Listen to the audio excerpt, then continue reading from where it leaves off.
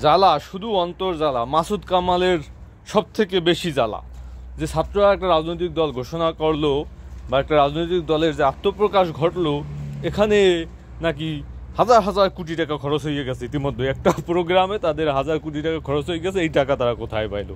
তার শরীরের ভিতরে, তার মনে নয় মগজে এই টেনশন ঘুরতেছে যে আসলে এত টাকা তারা কোথায় পাইলো বা এই টাকা তাদেরকে কে দিল। এখন তারা এক মুখে কত রকমের কথা বলে দেখেন। তারা এর আগে কি বলল যে এই বদলি বাণিজ্য হইতেছে, সেখান থেকে এই ছাত্ররা সুপারিশ করতেছে, সেখান থেকে কোটি কোটি টাকা তারা কামাই নিতেছে। তো তারাই বলে যে সুপারিশ করে এই ছাত্ররা কোটি কোটি টাকা কামাইছে, তাহলে সেই টাকাই তো এখানে ব্যয় হয়েছে নাকি?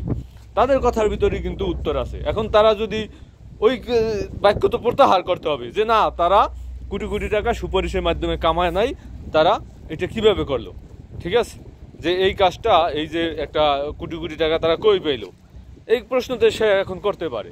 কিন্তু সে যদি মান্য নেয় বা ধরে নেয় যে আসলে কোটি কোটি টাকা কি বদলি বাণিজ্যের মাধ্যমে কামাইছে, তাহলে সেই টাকা ব্যয় হয়েছে। এখন আসেন, আসলে সে শুধু এখন কেন দেখতেছে? এই দীর্ঘ 15-16 বছর যে আওয়ামী লীগের লক্ষ লক্ষ মিছিল মিটিং হয়েছে, সেখানেও তো শত কোটি টাকা, হাজার কোটি টাকা খরচ হয়েছে। সেই টাকা কোথা থেকে আসছে? তখন কিন্তু তিনি প্রশ্ন করে না। যখন আওয়ামী লীগ, বিএনপি বড় বড় রাজনৈতিক সমাবেশ করে, সেই টাকা কোথা থেকে আসে, এই প্রশ্ন কিন্তু সে করে না।